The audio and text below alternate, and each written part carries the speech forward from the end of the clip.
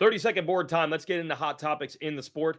The 250 class, it's been the same story all three rounds. Someone wins the first moto, and then Hunter Lawrence comes back and wins Moto 2. We'll talk about how well Hunter's managing this series in a moment, but let's talk about those first moto winners. RJ Hampshire round 1, Payne Deegan round 2, Justin Cooper round 3. All these guys have to feel like these races are winnable for me, but then they always have problems. And I understand with a rookie like Deegan, but for Hampshire and Cooper, it's got to be getting a little frustrating. Yeah, I would assume so. They've all done great things, but to win this championship, you've got to have that entire package put together. You can't have one great moto and then have a really difficult second moto, because you look up at the end of the day and you've lost a bunch of points to the series championship leader, Hunter Lawrence. So I think there's potential there, and I'm sure they're all frustrated. This isn't some sort of a new development for them, but it's easier said than done. There's so much parity in this 250 class. If everything doesn't go your way, it's really hard to claw back up near the podium. Oh, clawing is exactly what Hampshire's been doing lately. I want to talk about Hunter, though. Okay, we all see what he's doing on the track, avoiding the big mistakes. But you, with your station down there at the podium, you're seeing off the track. This just flows not just in the races, but how he approaches everything. Yeah, and I got to watch him a lot last season as well, and I saw him get frustrated at times that he just couldn't beat Jett, and you could see that on his face. He wasn't hiding it, and then you could see the highs when he would win motos. He was so excited about it. This year's been a very different Hunter Lawrence, and I don't know if that's on purpose or it's been a maturity thing that he's turned a corner. Maybe after winning the 250E Supercross Championship, that's just something he's acquired along the way, is this different mindset. And in the first motos, I watched the first moto at Hangtown when he came off the track. He got a third place. I'm sure he wasn't very happy about that, but there was really no frustration. He looked very calm. I think he understood the situation. He needed to get a better start. He had the pace. And then in the second moto, he went out and accomplished that goal. But when he came in from the second moto, it was very similar. The facial expressions were almost identical. And to me, that's a really telling thing for a rider who's only 23 years old, who's still figuring out how to win overalls in this class, and he's well on his way to maybe earning that first Pro Motocross Championship. But being able to maintain the same even-keeled temperament through the highs and the lows, I think will serve him very well. And that's not the same way these other guys are doing it. The younger guys, when they do well or they do poorly, there's no doubt about which happened in that particular moto. Their face will tell you alone. Not so much with Hunter Lawrence. He just looks like the picture of calm through good motos and bad motos. Yeah, and we had those three different first moto winners. Justin Cooper over the bars in Moto 2 this weekend cost him, and we'll have more on Joe Shimoda. He's been going fast, but doesn't have a moto win yet, a little later in the show. What cost Shimoda and a lot of guys was that huge crash in the first 250 moto, which, by the way, Hunter got beat, banged around, and bumped, but he managed to keep it on two wheels. But for a lot of other guys, Shimoda and Hampshire, who would be considered title contenders, that was devastating, and it looks like a few injuries also there. Yeah, it's a tough deal. And you're hearing guys talking about this new dynamic of the starting grades, right? And it's a part of racing, but it seems like more guys are getting there together. There's a little bit less variance exiting that starting gate, and we're seeing how that's playing out. And I think really all you can do is try to be there first, because if everybody's going to get there at a similar amount, the similar time frame, you want to be ahead of those guys. And what's happening is they're all locking handlebars. And that's where you see the front flips from RJ and Chance Hymas and these guys, is because they lock handlebars, someone's front brake gets caught and jams in, and then they just do a giant front flip. So it's a little bit tough, but I will say the great part of that, outside of the injuries, is you're seeing these heroic rides from RJ Hampshire and Shimoda and these guys to get anywhere back into the top 5 or even where they can see the podium is incredible. And we saw it in both classes, first turn crashes and heroic rides right after them. Yep. And the rookies, it's really interesting in this class. You have the more experienced veteran of, say, Hunter Lawrence out front. But, okay, Deegan has been a headliner because he got that moto win, and he's right there in the points. But for Hymas to get the third in the second moto, that was great. Creeping up closer as more of a top 10 guy is Talon Hawkins of the Rockstar Husqvarna teams, and Ryder DeFrancesco doing the same. Don't know about Jet Reynolds. Hopefully he's not too banged up from the first turn crash. But the Deegan, that's a different curve. But I think all three of the other rookies can say, like, okay, it's coming together. Yeah, they're all trying to find their way into this class. And Chance Hymas finally got that breakthrough ride, second moto at Hangtown, and then he followed that up with an improvement here at Thunder Valley. And I think all of them are just, where do I fit in? That's the question they keep asking themselves. Ryder D's been at the front nearly every moto and then has worked his way back a little bit. But you have to think, very similar to what Chance Hymas did. You continue to put yourself in that good position time and time again. It's going to work out in one of these motos. So it's an interesting dynamic. Everybody's progressing at their own pace. And yeah, you like to see the success, and the future looks so bright with so many of these guys starting to put themselves at the front. Of course, Hayden Deegan is leading that charge.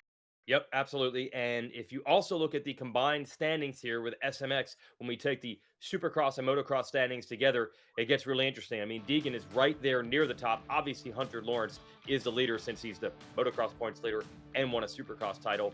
But it will be interesting to see if these rookies can get in, such as Ryder DiFrancesco, who didn't race Supercross. Can he get enough points to get in? Those would be 3 more races, A, to make some money, but B, to gain some experience in a Supercross-ish setting, not quite full-on Supercross, but that'd be valuable for them. So we just want to show you these points here so you see how it's turned out when we put all these riders together. KTM did end up, even though Webb had to deal with these guys, including Masterpool, they did end up having a good day on paper when it was all over. They get 2 podiums, and Webb is actually now tied with Chase Sexton at the top of the SMX standings, which we'll get to in a minute.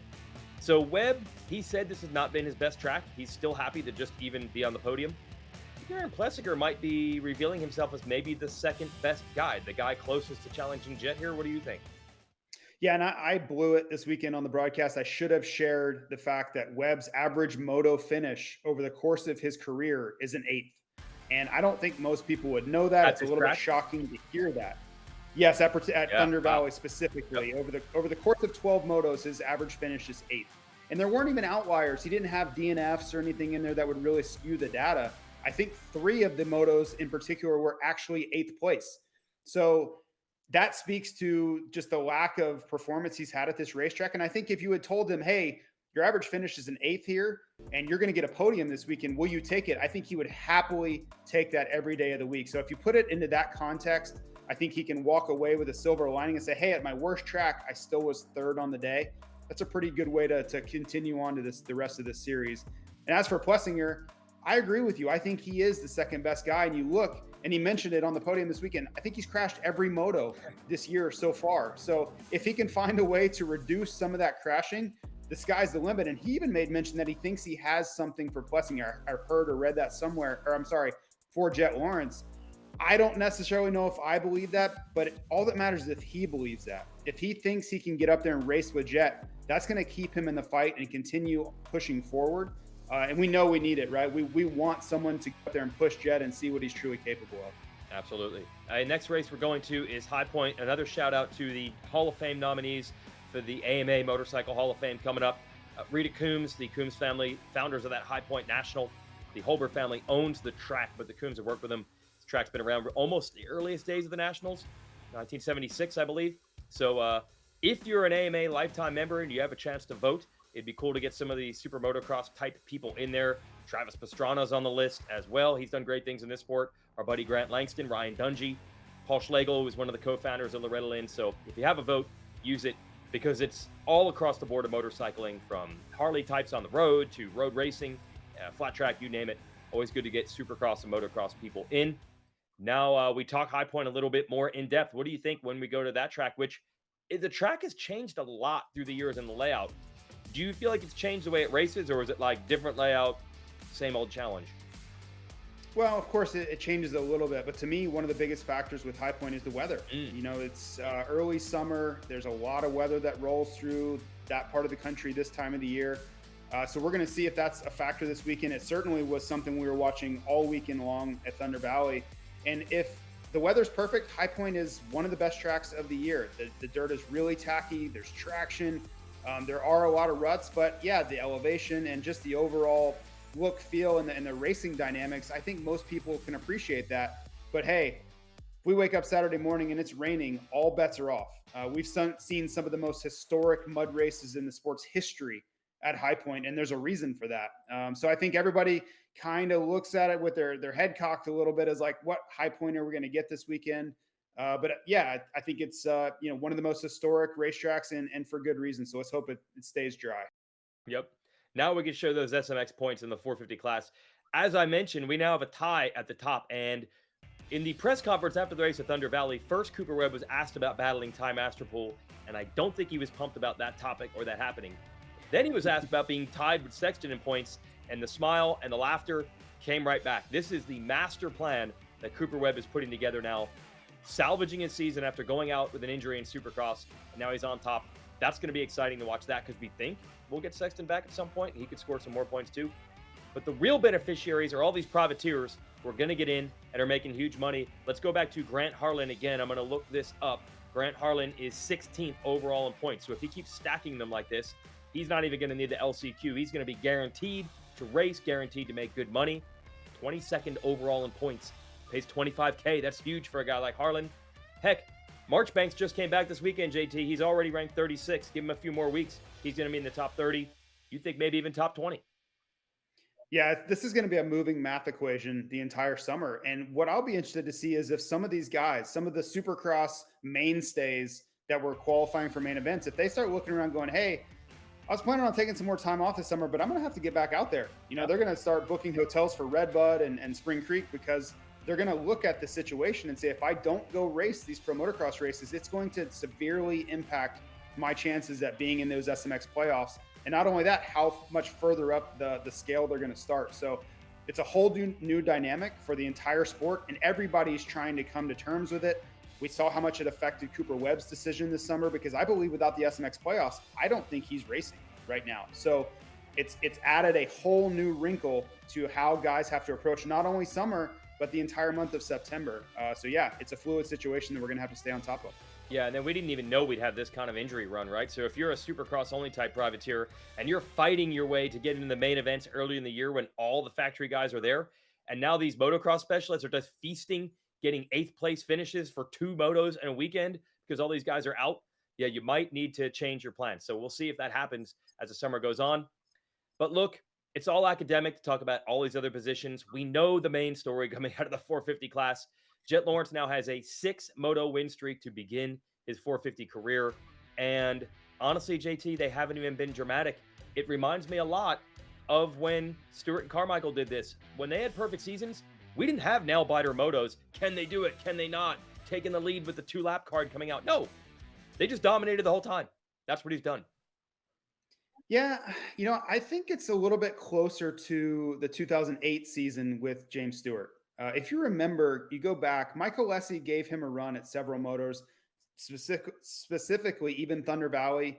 He was really close to him, but you always wondered where James Stewart was as far as where the ceiling actually lied. And I view this the same way, where James in that season was doing just enough to win because he was coming off a knee surgery.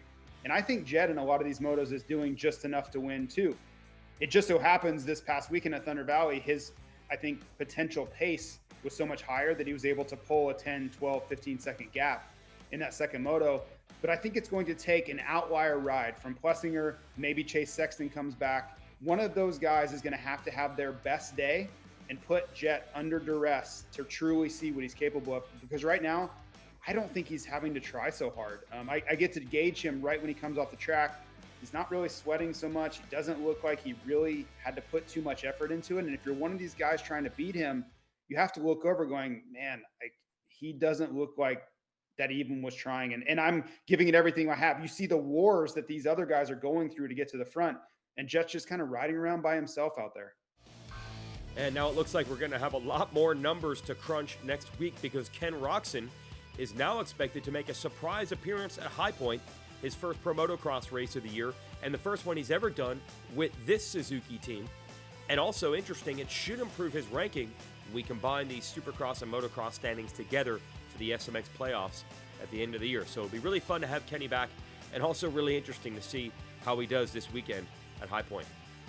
Time to wrap this show up. We are headed to High Point. You can watch everything on Peacock all weekend, starting at Race Day Live, presented by Motorsport.com. That's 10 a.m. Eastern, and then the motos start at 1 p.m. It's all on Saturday. Be good to have Ricky Carmichael join us this weekend, get his thoughts on the first couple rounds. Hi, folks. Lee Diffie from NBC Sports here. If you truly enjoyed what you just watched, you can get more news, interviews, and highlights by subscribing to the Motorsports on NBC YouTube page. You can get it all, so go for it.